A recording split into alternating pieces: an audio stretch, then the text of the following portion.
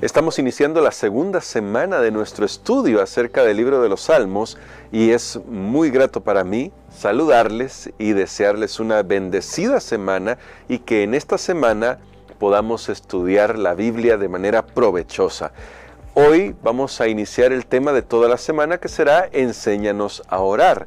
Y el tema para hoy propiamente es fomentar el uso de los salmos en la oración. Vamos a pedir al Señor que nos dé sabiduría para que podamos aprovechar al máximo este estudio y definitivamente podamos decirle al Señor que queremos profundizar nuestra experiencia con Él, queremos profundizar nuestra relación con Él. Por ese motivo, oremos. Querido Dios, gracias te damos por tu palabra y gracias porque tú nos das una guía con la cual podemos aprender a orar y con la cual podemos saber cómo manejar nuestras emociones, manejar nuestros pensamientos, a fin de acercarnos a tu trono de gracia con total confianza. En tus manos de amor nos encomendamos por la sangre preciosa de Jesús. Amén. Habitualmente, y esto es especial entre los que tenemos esa línea protestante o evangélica, llamarán algunos, tendemos a pensar que las oraciones de memoria no son muy buenas. Nosotros siempre pensamos es que la oración debe ser espontánea. Y a veces por pensar eso hemos perdido la riqueza que implica o que implicaría que tomemos los salmos como una guía de oración. No hay ningún problema en repetir una oración. Por ejemplo, cuando Jesús estuvo aquí en la tierra, sus discípulos le hicieron una pregunta: Señor, enséñanos a orar. Y la respuesta de Jesús es fabulosa, le voy a decir por qué. Jesús pudo haberles dicho, miren, no se preocupen, orar es simplemente hablar con Dios, que de hecho eso es hablar con Dios. Pero como ellos estaban preguntando, enséñanos, o estaban pidiendo que les enseñaran a orar, Jesús les dio una oración modelo. Es verdad que muchos de nosotros decimos, es que Jesús no la dio para que la repitieran parte por parte. Y es cierto que la intención de Jesús podría no haber sido repítanla palabra por palabra.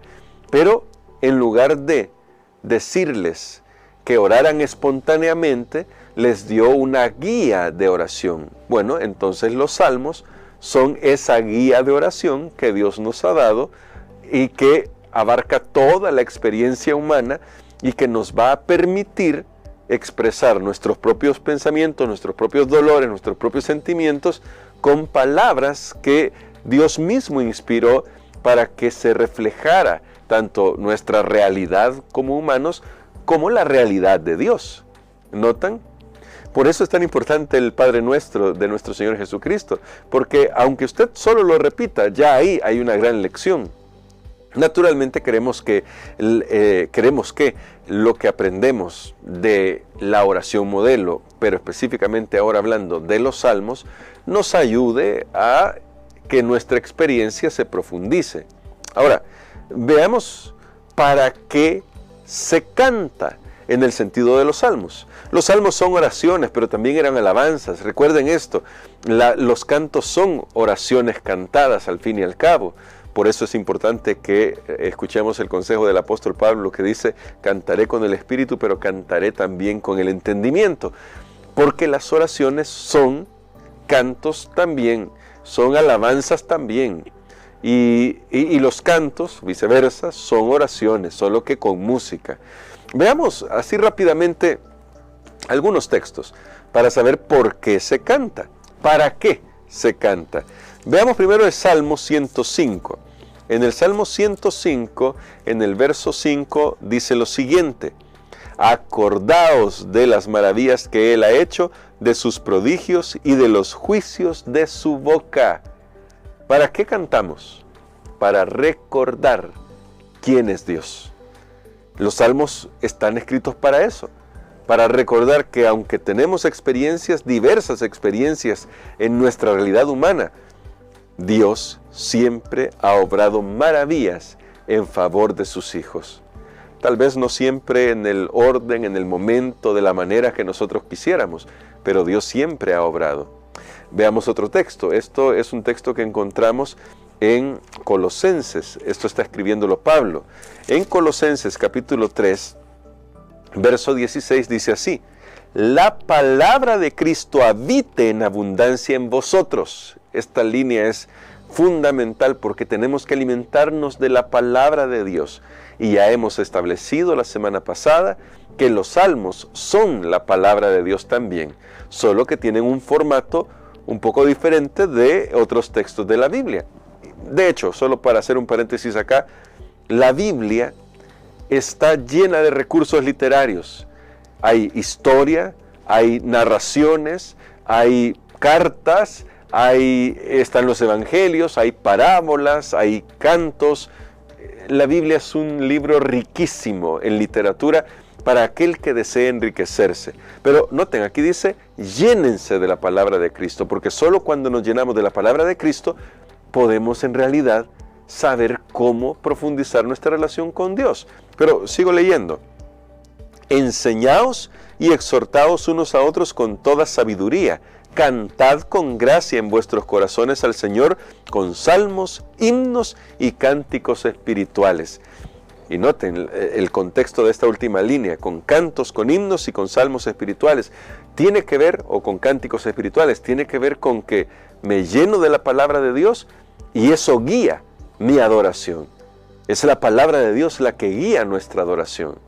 De ahí que nosotros sepamos que no toda música, ni todas las letras en las músicas que cantamos pueden ser dignos como para el Señor. Algunos dirán, pero es que lo hice de corazón. Sí, pero la pregunta es, ¿lo hiciste guiado por la palabra de Dios? ¿Lo hiciste guiado con los conceptos de la palabra de Dios?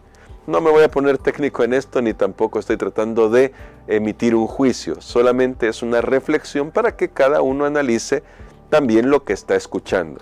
¿Sí? Incluso si es música a la que le hemos puesto el apellido cristiano, que analicemos eso para saber si realmente está alabando a Dios.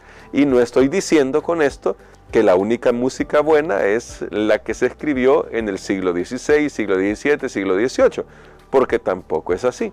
Hay buenos músicos ahora en día, pero necesitamos formarnos un criterio y eso solamente lo va a hacer el estudio constante, la palabra de Dios llenando nuestra vida y que nosotros seamos sensibles a la voz de Dios, a la dirección de Dios. Y en Santiago hay un texto que todos conocemos. ¿Está alguien enfermo? Haga oración. Y está alguien alegre, cante alabanzas. Santiago 5:13. Como los salmos son cantos y son oraciones, bueno, ahí en Santiago podemos ver que podríamos usar los salmos tanto que estemos enfermos como que estemos alegres, porque los salmos son oraciones. Así que, ¿cómo podemos hacer para fomentar el uso de los salmos? Es verdad que tenemos una lectura bíblica personal, cada uno diferente. Por ejemplo, en mi caso personal, yo leo la Biblia cada año un poco de forma diferente. Hay años en los que he leído la Biblia en 2, 3 años. Hay años que lo he hecho en un solo año. Así que leyendo toda la Biblia en un año, pues uno lee más o menos de 3 a 4 capítulos diarios y es bastante lectura, hay que admitirlo. Porque no se trata solamente de la lectura al pasón. Es un buen tiempo el que se dedica a esto. Pero ¿qué tal si de repente incluimos en nuestra devoción personal algún salmo? Hay diferentes formas de leerlo. Usted podría comenzar a leer desde el Salmo 1 hasta el Salmo 150. Algunos son cortos, otros son más largos. El Salmo 119 es el más largo. Pero es una forma de introducirlo.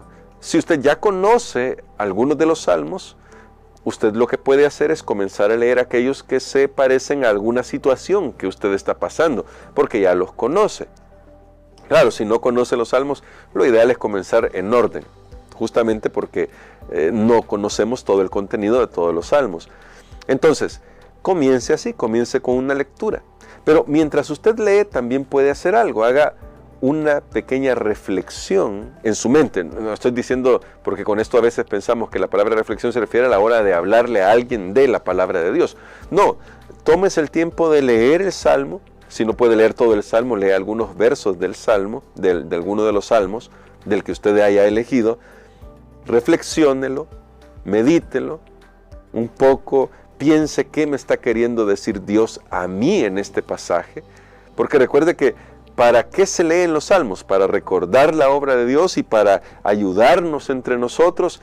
Entonces, cuando usted está leyendo el salmo, pregúntese, ¿qué es lo que Dios me está queriendo decir aquí? ¿Qué me está recordando a mí en este pasaje? ¿Qué quiere Dios que yo saque de este pasaje? Y luego, ore con ese salmo. Use las palabras de ese salmo en oración. Pídale a Dios que le ayude a vivir de acuerdo a lo que dice ese salmo, tal vez. O pídale que le resuelva las cosas como ese salmo las pide. Como cada salmo es diferente, ya lo vamos a ver en esta semana, vamos a introducir ya algunos versos, algunos textos que nos van a ayudar. Y úselo y vea cómo el salmista se dirige a Dios. ¿Qué es lo que el salmista dice? ¿Qué virtudes, qué características destaca de Dios? Vea todo eso. También vea qué es lo que le dice a usted el Salmo sobre nuestra realidad humana, sobre nuestra flaqueza, sobre nuestras debilidades. Todo eso nos va a ayudar a ir introduciéndonos más y más en la lectura de este maravilloso libro. Además, si de repente usted está leyendo un salmo y recuerda que algo que lo que dice ese salmo se asemeja a la experiencia de algún amigo suyo, intercede en ese momento por su amigo con las palabras de ese salmo. Es decir, hagámoslo práctico, hagamos que la lectura de estas hermosas alabanzas y oraciones se integre en nuestra vida. No para señalar, porque hay que admitir que a veces hay personas que leemos, lamentablemente yo lo he hecho alguna vez, tristemente, y debo confesarlo, que leemos la Biblia para señalar a los demás y decimos, cómo quisiera que fulano de tal entendiera esto que dice acá. No, cuando reconozcamos la experiencia de otra persona en lo que estamos leyendo, oremos por esa persona como lo haría el salmista. Es decir, con las palabras que está expresando en ese canto, en esa alabanza, en esa oración que escribió. Así que esto es una forma de comenzar a hacer que la lectura de los salmos se vuelva práctica en nuestra vida. Y de repente, a medida que usted va leyendo este libro, el libro de los salmos, usted se va a encontrar con nuevos motivos para orar. De repente no había pensado en alguna cosa que ahí se nos presenta, alguna realidad que ahí se nos presenta. Y usted puede comenzar a orar por eso que ahora está aprendiendo en este salterio del pueblo de Israel. Ahora, recuerde, dice el apóstol Pablo en Colosenses 3, que la palabra de Cristo habite en abundancia en ustedes. ¿Cómo es que la palabra de Cristo, que es toda la Biblia, puede habitar en nosotros? Solamente cuando nosotros le dedicamos tiempo. Y esto, que le dediquemos tiempo a la palabra de Dios, es lo que nutre nuestra vida espiritual. Es lo que permite que cuando oramos tengamos las palabras que necesitamos para presentarnos ante Dios. Pero, por favor, y quiero hacer este comentario porque tal vez a veces hemos también abusado de la palabra de Dios para orar.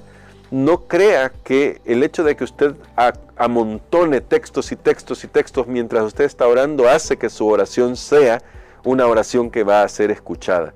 Hablamos con el lenguaje de la Biblia y oramos con los textos de la Biblia no para tratar de convencer a Dios de algo. No es para eso.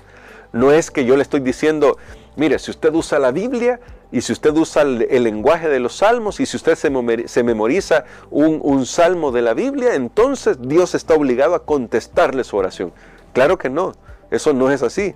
No es un libro de magia el que estamos leyendo, estudiando o meditando. Pero algunos cuando oran piensan que porque amontonan textos y dicen palabras bonitas y dicen cualquier cosa rebuscada, por eso Dios los va a escuchar y nada más lejos de la realidad. Lo que estamos tratando de buscar con la lectura de los salmos es profundizar nuestra relación con Dios de tal manera que la experiencia del salmista se convierta en nuestra propia experiencia. ¿Y cuál es la experiencia del salmista? Dependencia absoluta de Dios. Depender absolutamente de Dios. Esa es la experiencia del salmista. Por lo tanto, a la hora de leer los salmos y de utilizarlos en nuestras oraciones.